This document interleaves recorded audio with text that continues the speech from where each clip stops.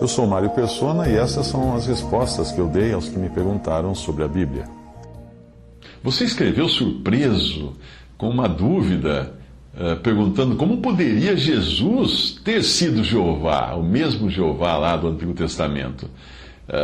Porque você descreve que no Novo Testamento você encontra Jesus como alguém amoroso, bondoso, longânimo, humilde, poderoso em obras. Como que ele poderia ter sido o Jeová do Antigo Testamento, aquele Deus severo que mata, guerreia, destrói cidades?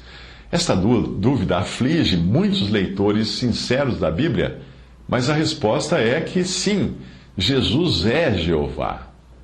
O Jesus amoroso dos Evangelhos é o mesmo Jeová poderoso do Antigo Testamento. E Jesus é também o guerreiro glorioso que você encontra depois em Apocalipse, montado em um cavalo branco e de cuja boca sai uma espada afiada, para com ela ferir as nações. Ele as regerá com uma vara de ferro, e ele é o que pisa o lagar do vinho do furor da ira do Deus Todo-Poderoso. Você poderia ter levantado essa questão: como é que o Jesus do Apocalipse é o mesmo Jesus dos Evangelhos, né? Porque em Apocalipse ele aparece para João com uma imagem que aterroriza João, aquele ancião de cabelos brancos. E depois ele aparece montado num cavalo, guerreando, vencendo, matando com a espada da sua boca. Pois é o mesmo Jesus. E é o mesmo Jeová. Um soldado do BOPE, quando ele sobe um morro no Rio de Janeiro para invadir uma comunidade, ou para caçar e matar bandidos, ele é uma pessoa, no sentido de persona. O que é persona? É a identidade que alguém assume. Persona era o nome em latim daquelas máscaras que usavam nos teatros romanos, que tinha uma com a boca fazendo um sorriso e outra com a boca virada para baixo, de triste. Aquilo eram as personas. O caráter, o caráter, né? Ou a personagem que alguém assume. Portanto, quando o soldado, o policial, vai atrás dos bandidos para matá-los, ele é uma pessoa. Mas quando ele chega em casa, ele é outra pessoa. Porém, ele é o mesmo ser humano, apenas adotando um caráter diferente no tratamento com as diferentes pessoas com quem ele deve lidar. Com os bandidos, ele precisa usar de força, vai no berro, atira e, se for preciso, ele mata. Mas quando ele está em casa, ele não age assim com sua mulher e seus filhos. Em casa, ele revela o seu amor para com sua esposa, com seus filhos. É diferente, totalmente diferente o tratamento dele. Assim é o contraste que você encontra entre o Jeová do Antigo Testamento e o Jesus dos Evangelhos, e o mesmo Jesus do Apocalipse. Se você ler Gênesis 18, verá Jeová aparecendo em forma humana a Abraão, e comendo e bebendo com Abraão, como se estivesse em família.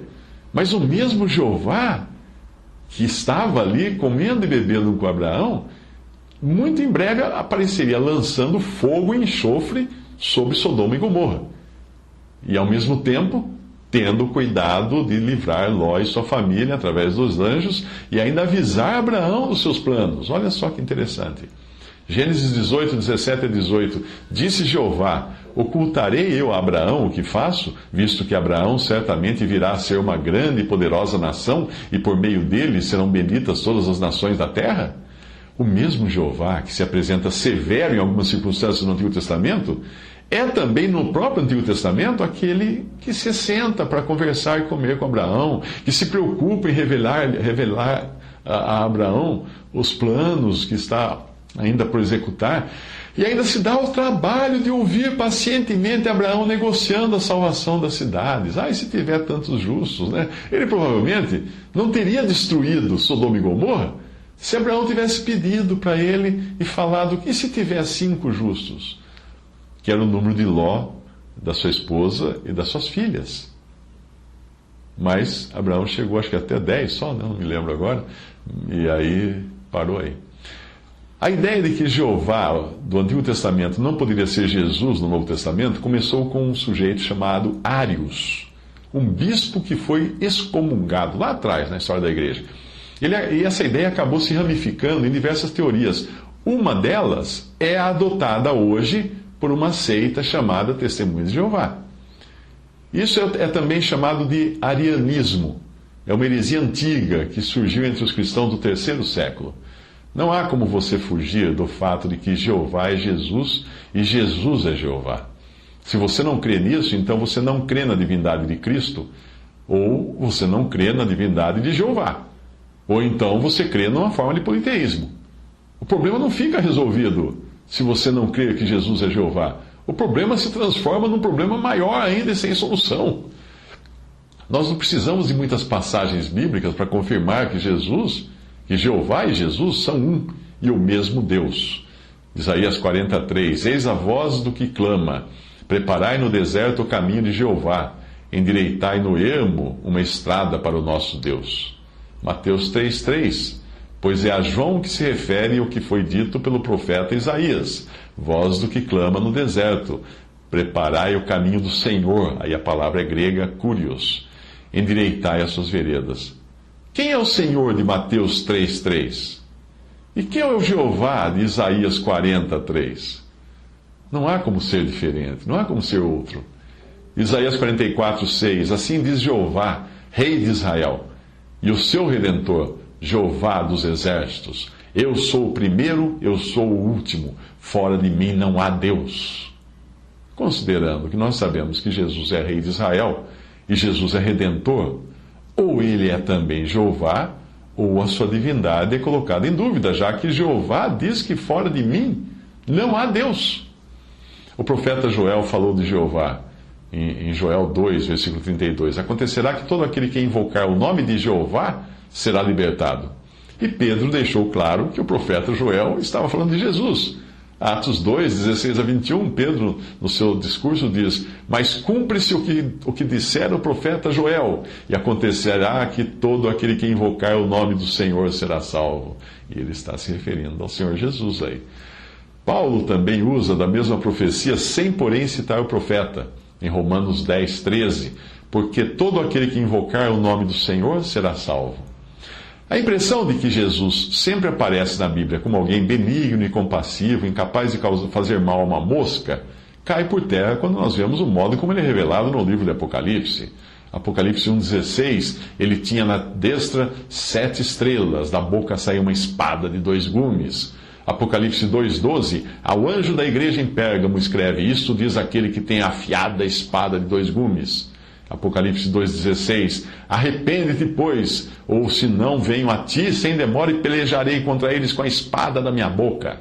Apocalipse 2,18, ao anjo da igreja em Tiatira escreve: isto diz o Filho de Deus, que tem olhos como chama de fogo e os seus pés são semelhantes a latão polido.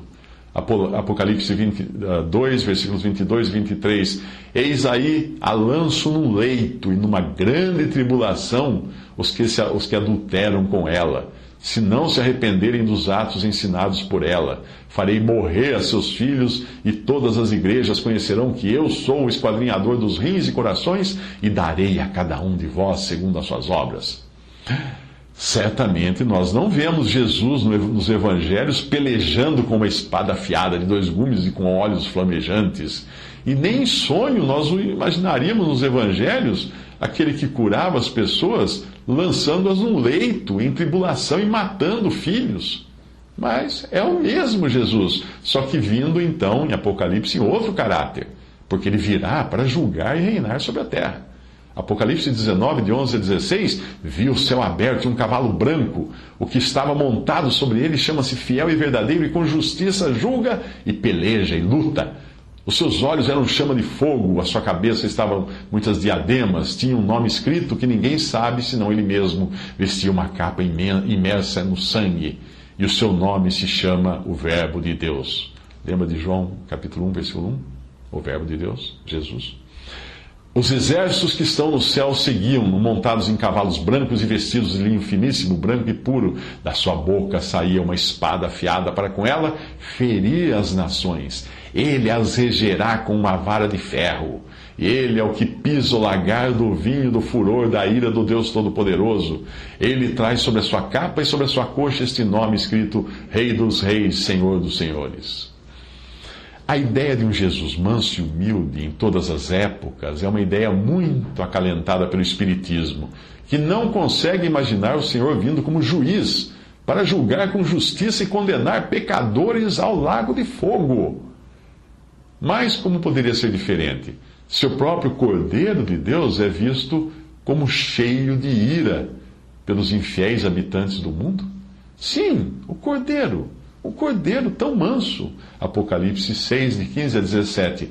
E os reis da terra, e os grandes, e os ricos, e os tribunos, e os poderosos, e todo servo, e todo livre, se esconderam nas cavernas, nas rochas, das montanhas, e diziam aos montes e aos rochedos: caí sobre nós, escondei-nos do rosto daquele que está assentado sobre o trono e da ira do Cordeiro, porque é vindo o grande dia da sua ira, e quem poderá subsistir? Como você pode ver, o comportamento de Jesus no livro de Apocalipse não tem nada a ver com o modo de agir daquele ser manso e humilde que pisou aqui neste mundo, foi massacrado pelos homens, espancado, arrancaram a barba dele, feriram as suas costas, coroaram ele de espinhos. A questão é que o Senhor Jesus voltará a este mundo, no caráter de um juiz justo e severo, e não mais de servo bondoso e humilde para fazerem dele o que bem entenderem. Não. Ele vem para julgar, e ai do mundo que o condenou, ai do mundo que o condenou, ai daqueles que não crerem nele. Então todo olho o verá, mas o verá em glória, de forma espantosa, como se espantou João ao vê-lo, com uma aparência tão diferente daquela que ele conhecia. João se inclinava sobre o seio de Jesus. Apocalipse 1,17. Quando o vi, caí aos seus pés como morto. E ele pôs a sua destra sobre mim, dizendo: não temas, eu sou o primeiro e o último. As pessoas que estranham o Deus severo do Antigo Testamento e do Apocalipse, em contraste com o Deus amoroso dos Evangelhos, se esquecem de que Deus é amor, em 1 João 4,8, na sua essência. E ele só agiu no Antigo Testamento e agirá nos juízos de Apocalipse como fogo consumidor, que é outra qualidade falada de Deus, característica de Deus em Hebreus 12, 29. Ele só agirá assim, como fogo consumidor, por causa do pecado. Em outras palavras, fomos nós que causamos em Deus esse comportamento. Deus não tinha esse comportamento até o pecado entrar na criação. Percebe a que ponto Deus precisou chegar? Por causa de quem? Do pecado, do nosso pecado. Entregar seu próprio filho à morte. Deus precisou fazer isso, abandoná-lo em meio a trevas, derramar sobre ele o fogo consumidor de toda a sua ira e juízo devido ao pecado. Sim, o próprio Deus diz que vai agir em juízo. E isso, ele falar que vai agir em juízo é uma obra estranha à sua natureza. Isaías 28, de 21 a 23, porque Jeová se levantará como no monte de Perazim, mostrar-se-á irado, como no vale de Gibeon, para fazer a sua obra estranha, e para executar a sua tarefa estranha. Agora, pois, não sejais escarnecedores, para que não se façam mais fortes os vossos grilhões, porque do Senhor Jeová dos Exércitos tenho ouvido falar em uma consumação, e essa já determinada sobre toda a terra. Dai atenção e ouvi a minha voz, escutai e ouvi o meu discurso. A única questão que resta agora é a seguinte: por que o nome Jeová não é encontrado no Novo Testamento? Bem, simplesmente porque não existe esta palavra ou o seu equivalente em grego. Quando os judeus traduziram o Antigo Testamento para o grego, que é a versão chamada de Septuaginta, manuscrito Septuaginta, entre os séculos 300 e 100 a.C., em Alexandria, isso foi feito em Alexandria, os tradutores adotaram a palavra grega Kyrios ou Kyrios, equivalente a Deus ou Senhor, em lugar do tetragrama YHWH ou YHVH, que é comumente usado nas escrituras do Antigo Testamento, nos originais do Antigo Testamento. E a forma moderna foi assumido como Jeová ou Javé. Então os escritores do Novo Testamento, que eram judeus vivendo sob a cultura grega, adotaram o mesmo vocabulário quando escreveram o Novo Testamento. Isaías 55, de 6 a 9. Buscai a Jeová enquanto se pode achar, invocai-o enquanto está perto, deixe o iníquo o seu caminho e o injusto os seus pensamentos, volte-se para Jeová, porque se compadecerá dele, e para o nosso Deus, porque muito perdoará. Pois os meus pensamentos não são os vossos pensamentos, nem os vossos caminhos são os meus caminhos, diz Jeová.